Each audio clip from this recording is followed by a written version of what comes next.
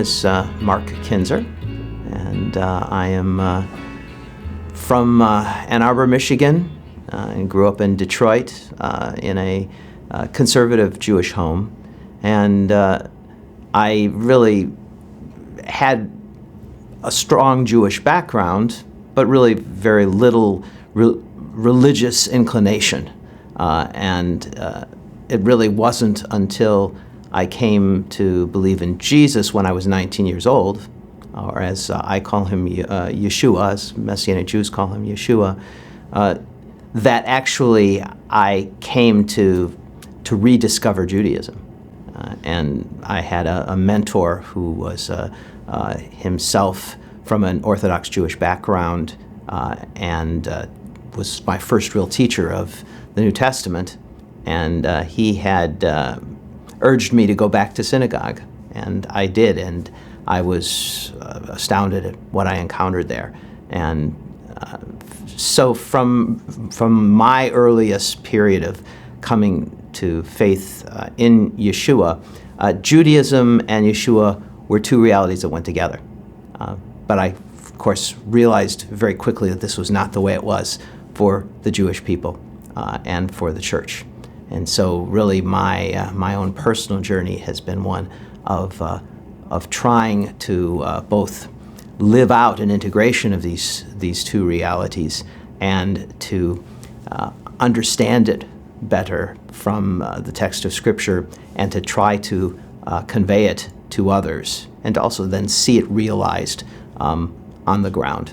I'm a leader within the Messianic Jewish movement, this movement of Jews who, like me, believe in Yeshua, but who find their identities within Judaism and within the life of the Jewish people, who understand the historical reality of the church as something very, very positive, but fundamentally as the witness of Jesus to the nations of the world, and as something which has not really maintained its presence within the Jewish people that it had at first. And so we're seeking to be the presence of Yeshua, the presence of Jesus in the midst of the Jewish people. And in doing that, we also believe that we are offering a gift to the church, because we really believe that the church's own identity is something that's supposed to be fundamentally rooted in the life of the Jewish people. Yeshua was a Jew, the apostles were Jews, the early church was itself fundamentally a Jewish reality, which then opened itself up to the nations of the world.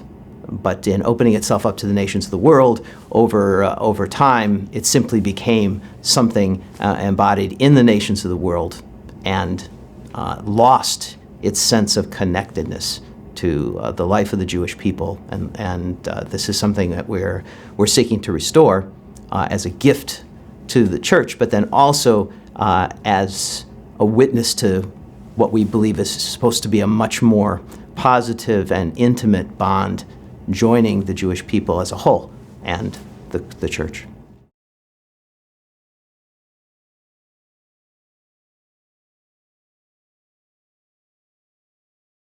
Yeah, his name was Haskell Stone. He's one of the most remarkable people that I've ever known, and I think I was singularly privileged to have forged this friendship with him when I was only 19, and he was probably 25 years old, 20 or 25 years senior to me. He had as I said, an Orthodox Jewish background, although he was not living himself as an Orthodox Jew. He lived his life thoroughly within the Jewish community. He believed that Jewish believers in Yeshua should not become part of churches. And he was opposed to Christian missions to the Jewish people. He defined a Christian missionary to the Jews as a Jew who was paid by Christians to make Jews into Christians. And he saw this as a kind of betrayal of Jewish identity and of loyalty to our own people and our own tradition. And he was someone who was theologically literate. He had studied at Fuller Theological Seminary, but he also had a degree in philosophy and a degree in social work, and had actually just a job working for the city of Detroit at that time, using his social work degree. In the area of theology, the greatest influence on him was Karl Barth, and he loved the work of Barth and spoke to me of Barth a great deal when I was very young, and so that led me to look into the writings of Barth, but I always received them through the lens of Haskell, and he had a great love for Yeshua, but for him, Yeshua again was someone he understood very much in Jewish terms. I think Haskell, what he probably had a more suspicious attitude towards the church than I have developed over the years. I think he had many negative experiences, and he drew lines between the life of the Jewish people and the church that I think have need to be revised in my own mind. But basically, my sense of identity as a Jew and calling to live as a Jew really came from that relationship with him. I'm enormously grateful to him.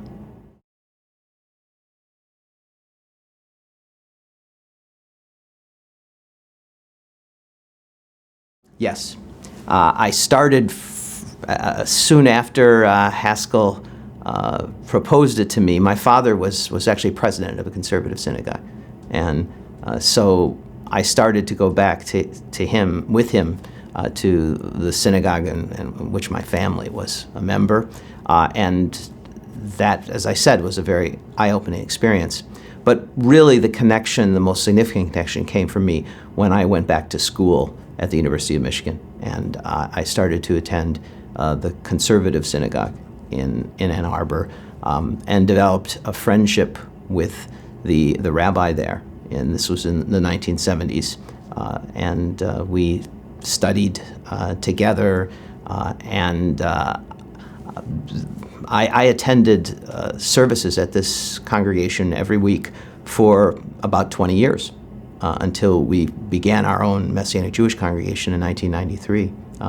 And after that point, I still continued to go to that synagogue for certain holiday services when our own congregation did not have services. And to this day, I go to that synagogue twice a week, once for services on Friday night when, again, our congregation does not have services, and once for a weekday service, and have a strong friendship with the rabbi who is the successor at that synagogue to the rabbi who befriended me when I was still in my 20s.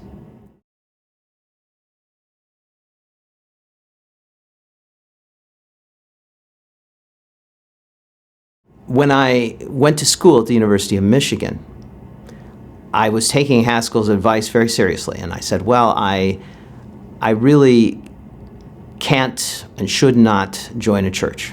This is something that will compromise my own identity as a Jew. So I was looking around for some group that, in addition to going to synagogue, would support my identity as a follower, as a disciple of Yeshua, of Jesus. And I discovered an ecumenical community that was founded by Roman Catholics, one of the founding communities of the Catholic Charismatic Renewal. But while it was perhaps 60% or 65% Catholic, it also had Protestants of every stripe and also representatives of various cultural groupings. You know, there were Asian Americans, and there was a Latino group, and there were African Americans, and there were some Messianic Jews, like myself. And so in this group, I found I could participate without actually joining a church and have my own identity as a Messianic Jew be expressed and reinforced. In the process, though, I found myself in daily contact with Christians who were from mainstream churches, and in particular Catholics. And this was very unsettling to me, because I had the same suspicions of these Christian churches that my mentor had, and so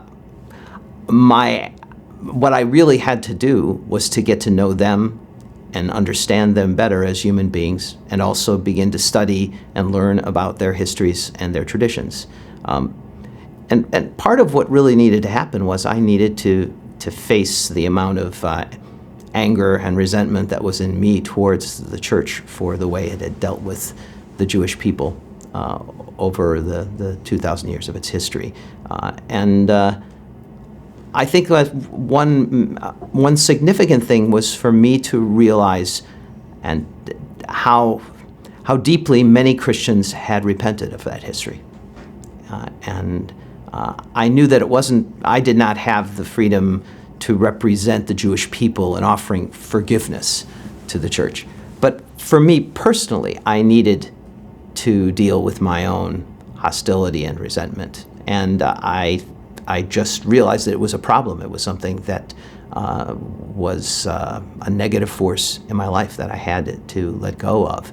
And I needed to be able to see the good in both my Christian brothers and sisters, and even in that very tormented history of the church.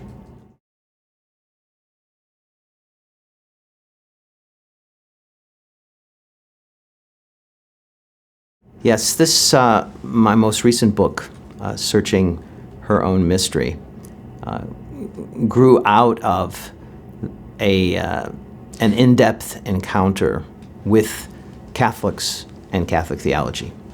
It did begin with my experience as part of this ecumenical community in the 1970s and the 1980s. But then in the year 2000, I was invited to participate in a confidential Messianic Jewish Roman Catholic dialogue group that had been called into being by a priest who was then the theologian of the papal household of John Paul II, and he later became Cardinal Cartier. And this was, it had to be a very carefully handled conversation, because what these Catholics wanted to do was to try to discern what was going on in the Messianic Jewish movement. They hadn't formed a definite judgment about it, but they wanted to spend time meeting with Messianic Jews and trying to understand whether they thought this was a work of the Holy Spirit, or was it just another Protestant sect. And they realized that this was something that for them to be in conversation with us could be offensive to many in the wider Jewish world, and so they kept it quiet. It wasn't an official action.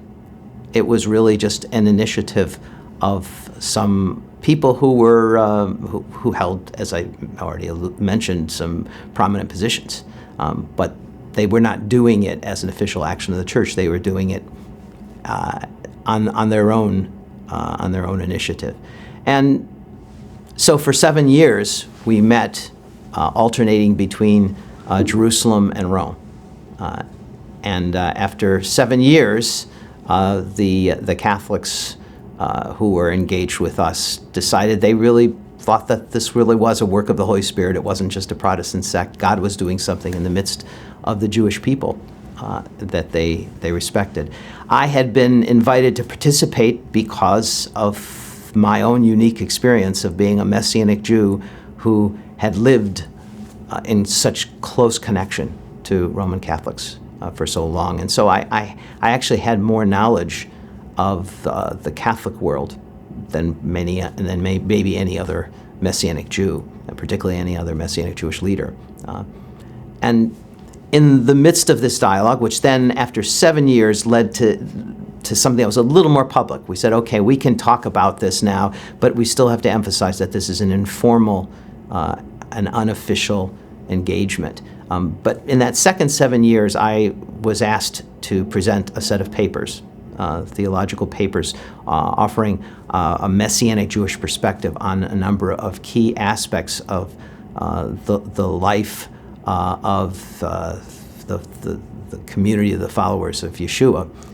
And I did that, and in the process, my sense that we as Messianic Jews had something to say to the Catholic Church began to grow, which in some ways is surprising.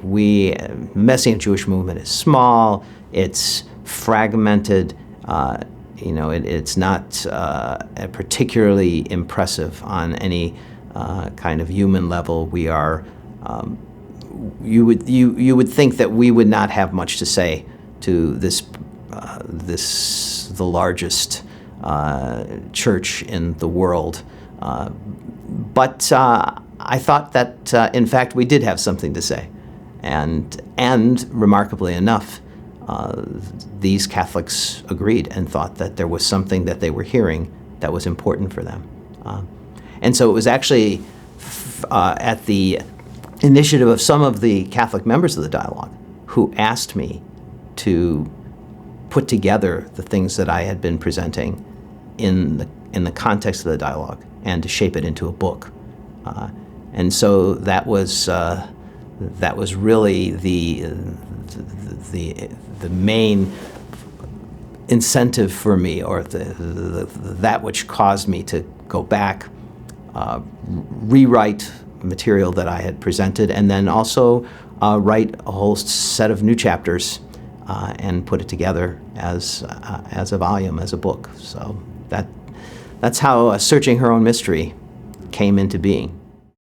Two of the fundamental concepts underlying Searching Her Own Mystery are Israel Christology and Israel Ecclesiology.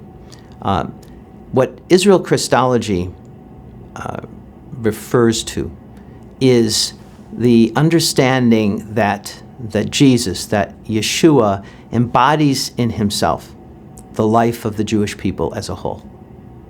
Now, this is an insight, actually, that N.T. Wright has set forth, I think, in very powerful and eloquent ways. But in N.T. Wright's work, this insight does not have any implications for the ongoing connection of Jesus, of Yeshua, with the Jewish people who do not accept him, embrace him at this time. What I'm arguing for is an Israel Christology in which Jesus' connection to the Jewish people, the way he embodies the Jewish people as its king, as its messianic ruler, is one that establishes an unbreakable bond between him and the Jewish people for all time. And despite all of the efforts of the Jewish people to break free of his hold, that he dwells in the midst of the Jewish people, just as he dwells in the midst of the church, and that this is a relationship which is both profound and intimate and irrevocable. So for Israel Christology then becomes the key for an Israel Ecclesiology. And Israel Ecclesiology is the sense that the life of the church is itself a kind of expansion of the life of Israel. That it's not a replacement for Israel, but it is in some ways meant to be the next stage of Israel's existence, as it's moving towards the resurrection, as it's moving towards the new, the life of the world to come, and the Messianic age. And so in our understanding of Israel ecclesiology, we have a sense of, because that Jesus is in the heart of Israel, therefore, as Jesus lives in the midst of the church, Israel is also in the midst of the church. And we have forged here this sense of the Jewish people as a whole and the church as a whole as bound together in the person of Jesus. And so we have this sense that through history, the church and the Jewish people have both been, you might say, partially blinded. They've both been partially not seeing something very basic as to who they are. The Jewish people not recognizing Jesus in their midst, the church not recognizing Israel in its midst. And that what I'm seeking to do is lay out a vision in which each side is able to recognize in a new way the bond that joins them together.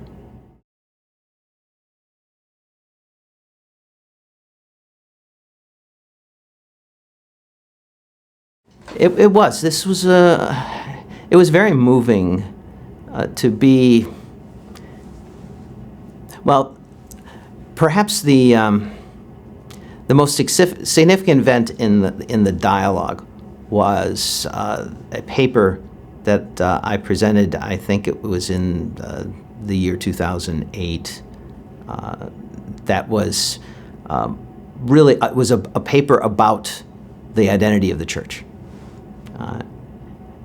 And I had written this paper in consultation with the entire Messianic Jewish contingent of the dialogue, and I presented it to the dialogue group, and there were two cardinals present, and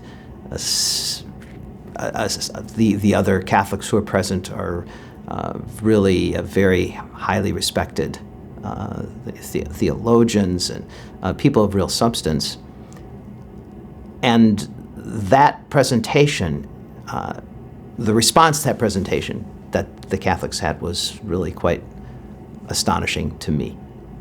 They seemed very deeply moved and very open to the kind of radical challenge that Judaism, and in particular Messianic Judaism, offered to them. And as someone who had this experience of overcoming and deep suspicions and resentments in relationship to the church, this was a very moving experience for me. And my sense that these were people who were deeply repentant over this tragic history, and who were not simply reacting out of guilt.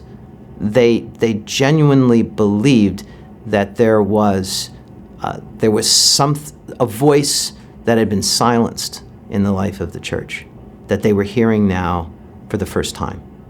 It wasn't my voice, it was the voice of the Jewish people. It was the voice of Judaism itself.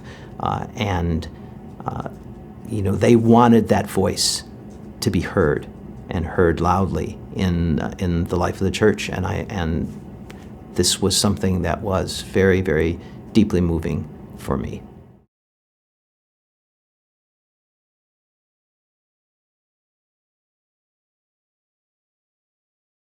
Nostra Aetate was the declaration from the Second Vatican Council that was articulating the official Catholic understanding of its relationship to other religious traditions. And really in its inception, it was something which was especially focused on the Jewish people and Judaism. It grew up to be something broader, to be dealing with other religious traditions. But the heart of it really was the treatment of the relationship of the Catholic Church to the Jewish people.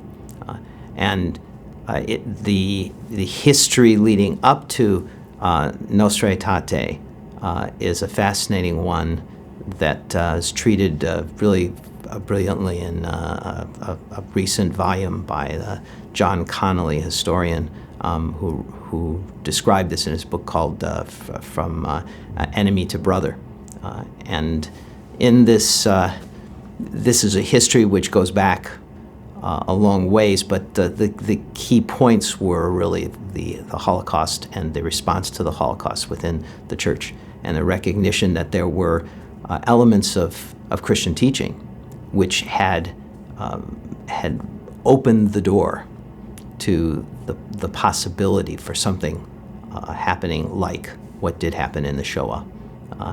And there was this desire on the part of many Catholics and Christians in general, particularly in Europe, to address these aspects of the Christian tradition and Christian understanding of the Jewish people that had such a damaging effect.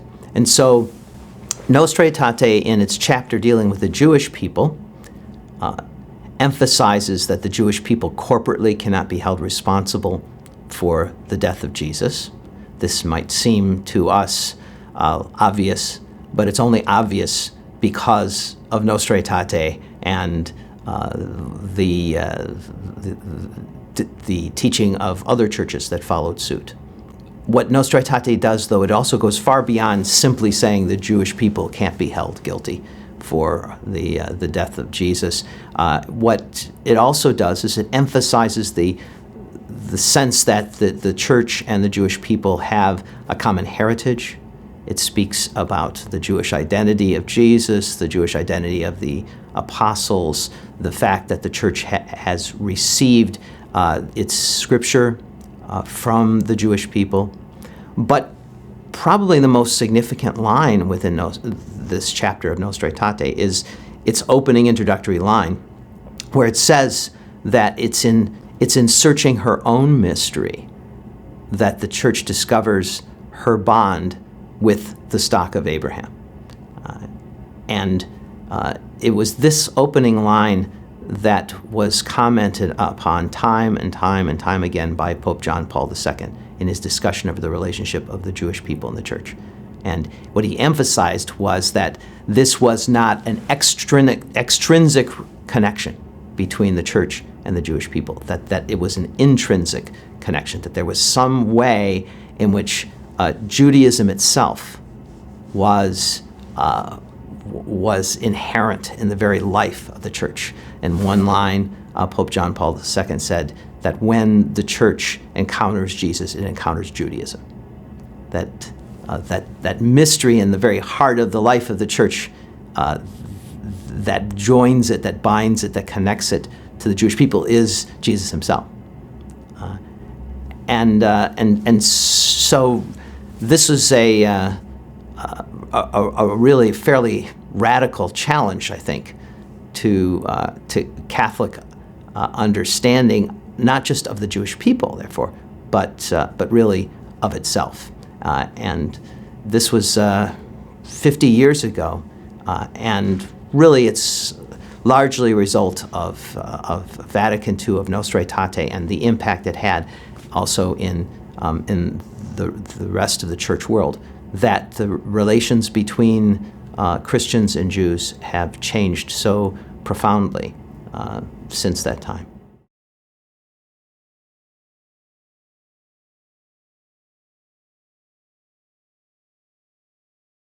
I think we really cannot overstate the how radical the challenge is when the church begins to think not only of improving its relationship with the Jewish people as an external entity that it has a relationship with, but when the church begins to think about Judaism and the Jewish people as something that speaks to it within its own life and within its own heart. This I think poses a whole number of questions to the church in terms of its own history. And it's one thing for the church simply to be guilty of mistreating another community.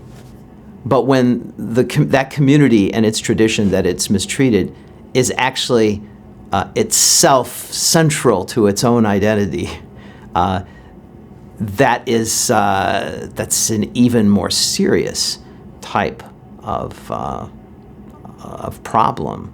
And I think that there's a reluctance to want to address it on that level, to recognize that there's something that in any way has been imperfectly realized in the life of the church. Now, this is especially, I think, an issue for Catholics, because Catholics have this sense of the fullness of the church residing in their life. Now, that doesn't mean that they think that everything humanly in their church is perfect.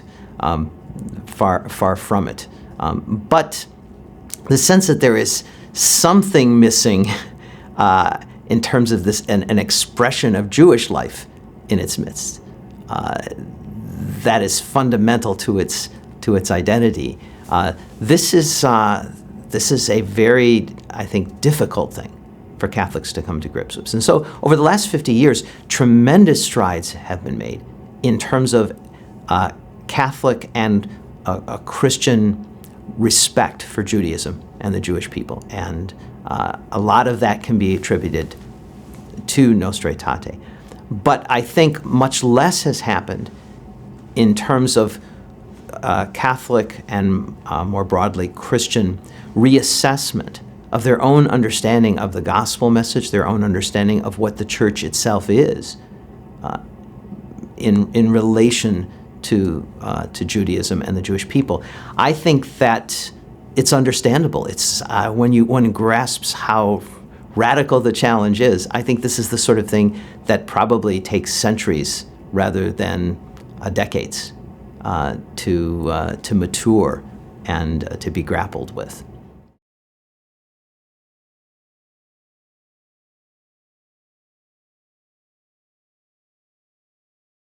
Nostra Aetate, of course, has nothing in it about what this means for Jews who are themselves in the life of the church, who themselves are baptized, who are disciples of Yeshua, whether they are members of the Catholic Church or outside of that realm. In John Connolly's book, it's very interesting that one of the main themes of his book is that the main Catholic figures who paved the way for Nostra Aetate's adoption were themselves either Jews, Jewish Catholics, or of Jewish extraction, of Jewish background. However, the sense of the importance of the important and in some ways irreplaceable role of Jews within the life of the church was something that, of course, Nostra Aetate was not addressing or dealing with in any explicit way.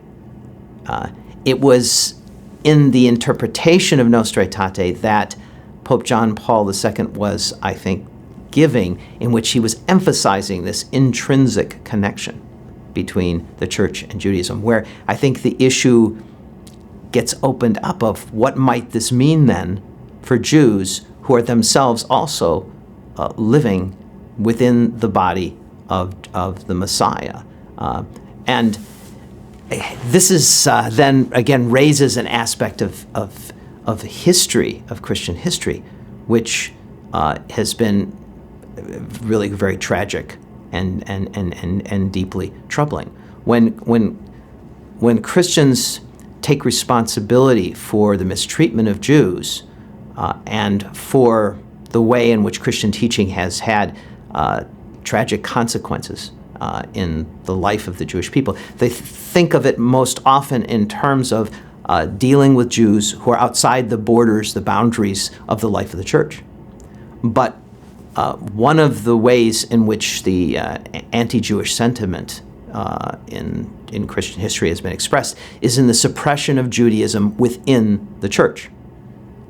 It was understood by the time you get into the Middle Ages that it was a mortal sin for Jews who were baptized to be observing any traditional Jewish practices.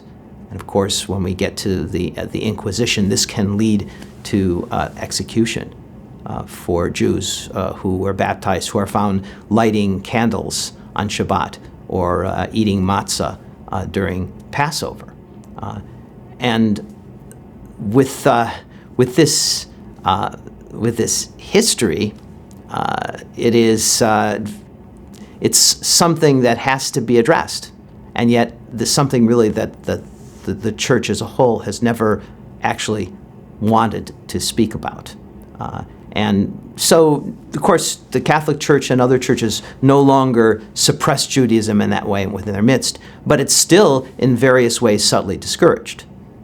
And if a Jew who is part of a Christian church wants to begin to observe the Torah, that will raise a number of eyebrows from their fellow congregants and sometimes from their pastors. And so I think that what the Messianic Jewish movement is doing is raising this question for the first time for the Catholic world and for the Christian world as a whole, which is it possible that this intrinsic connection between the church and Judaism, this manifestation of the Jewishness of Jesus, is supposed to have a witness to it within the very life of the church itself, and having this Jewish presence within the church function as a bridge and a way of connecting up the tradition and life of the church to the life of the Jewish people. Now, what will this look like? What might it look like? How might it work? This is something that I think we can only work out step by step and stage by stage. When I wrote Postmissionary Messianic Judaism in the year 2005, it was thought by many people that what I was doing was offering a proposed structure for the church. I had developed this notion of bilateral ecclesiology. And the notion of bilateral ecclesiology is that the ecclesia, the body of Messiah, is inherently twofold. It's a body of Jews and Gentiles, and Jewish life needs to have a corporate expression within the life of this community. And so it is one united community. It's not like two separate entities, but it's one united community that has an intrinsically twofold character, and its Jewish character has to be expressed in corporate ways, not simply through individuals living in Christian environments, primarily inhabited by non-Jews, and not following the Jewish way of life. But I don't think this so much lays out a clear structure.